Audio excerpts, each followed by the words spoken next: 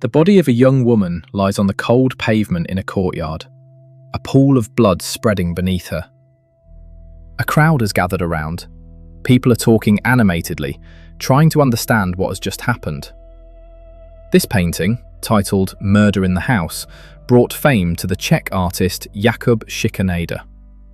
When it was exhibited at an international exhibition in Berlin in 1890, it caused an unprecedented sensation. Crowds of viewers stood in front of the canvas for hours, examining every inch and wondering whether it was truly a murder or if the woman had thrown herself from a window. Her unnatural pose, typical of a fall from a height, puzzled many. To this day, the painting continues to spark debate, despite the fact that the artist himself seems to give a clear answer in its title. Viewers keep trying to look deeper, sensing a hidden meaning, a kind of detective story concealed between the lines and layers of paint, as if the canvas holds a secret that cannot be revealed at first glance. So what really happened here? Was it murder or suicide? Could the killer be hidden somewhere within the painting itself? These are the questions we will try to answer in today's video. First, a few words about the artist, whose work truly deserves attention. Jakub Schikaneder was associated with the Munich school of painting in the 19th century. Ethnically German, he was born into a poor family in Prague. Despite his circumstances, he managed to receive a higher artistic education. In his youth, he travelled across Europe and spent most of his life teaching painting at the Academy of Applied Arts in Prague. Take a look at his paintings. His works are permeated with a dark, melancholic mood bordering on tragedy. At the core of his subjects lies a sense of loneliness. Typically, he depicts only one figure, or at most a pair. This sparseness allows the viewer to feel the emptiness of space more acutely and to experience the sense of isolation more deeply. Through his unique visual language, Schikaneder reveals a mesmerizing world of foggy Prague, autumn and winter landscapes, and the everyday lives of its inhabitants. Like a photographer, he captures fleeting, seemingly sluicine moments. He does not impose a rigid narrative, instead leaving the viewer to reflect on the fate of his characters. His masterful use of composition and colour immerses the viewer in a sombre atmosphere, while his attention to texture makes the scenes even more compelling. Bright, contrasting colours are almost entirely absent. His palette is restrained, dominated by browns and greys, occasionally softened by pale yellows and whites. This dark tonal range underpins themes of death and solitude. Tragic subjects intensify this melancholic mood. The central figures in such works are often elderly women or deceased young girls. What happened to them? What comes next?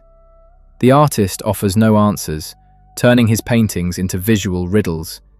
He paints as if through a haze, soft transitions, no sharp lines, as though memories themselves have taken material form on the canvas. For example, in the painting All Souls' Day, an elderly woman stands beside a funeral wreath. Perhaps she has come to a cemetery to honour a deceased relative. The message seems clear, a reminder that every life has its inevitable end. The recurring image of dead young women speaks to the unpredictability of life, the idea that death can come at any moment. If the figure of the old woman represents gradual, natural aging, then the young girl symbolises sudden, tragic, and often violent death. Against this background, today's painting stands out. The artist began working on it in 1889 during his 5th year teaching at the School of Decorative Arts in Prague. It was an attempt to gain recognition beyond his homeland, which explains its monumental size, 203 by 321 centimeters. On the surface, everything seems clear. The cause of death is stated directly in the title. However, many viewers believe she fell from a window due to her unnatural posture. There are no visible stab wounds. Her body is twisted in a way consistent with a fall, and the blood near her head suggests a severe impact. But this version does not hold up under closer inspection. If you look carefully, you can see a smear of blood on the wall of the passage, another on the ground, and yet another on a nearby wall. To me, the conclusion is obvious. The woman was mortally wounded, managed to walk several meters while supporting herself against the wall with a bloodied hand, and then collapsed from blood loss. Her unnatural pose can thus be explained. As for the absence of visible wounds, they are likely on the front of her body, while we only see her back. The artist himself never specified the exact location of the crime, or whether it was based on a real event. However, researchers believe the scene takes place in a dead-end alley of the Jewish quarter. Jakub Schikaneder was familiar with the Prague ghetto before its demolition, as he had lived there. In the late 19th century, the Jewish quarter was home to the poorest residents of Prague. Even if we assume she fell from a window, how tall would the building have to be to cause instant death? It is unlikely that such buildings existed in that area at the time. The conclusion seems clear: the woman was murdered. Now let us turn our attention to the figures in the painting. The first thing that stands out is the remarkable detail in the faces, bodies, and gestures. This level of precision is clearly intentional. The artist aims to draw our attention to each individual character, their inner state, personality, and hidden emotions. Among all the witnesses, one figure stands out. Positioned behind the others, this person does not take part in the conversation. Their head is lowered. It is unclear whether the figure is male or female. The face appears masculine, yet the person wears a headscarf and clothing associated with women. Unlike the others, whose hands are visible, this figure's hands are hidden beneath the garments, as if deliberately concealed. Could this be the killer? Or simply a witness in shock? Each viewer must decide for themselves. The artist sought to intrigue us, and he succeeded.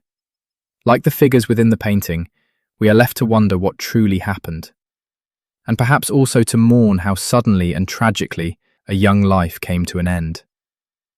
Throughout history, people have been drawn to mystery in art, and that mystery is undeniably present in Schikaneder's work. What do you think? Was it murder or suicide? Share your thoughts in the comments. Thank you for watching this video to the end. If you found this story interesting, please subscribe to the channel and leave a like. It really helps support the creation of new videos about art, history, and their hidden stories.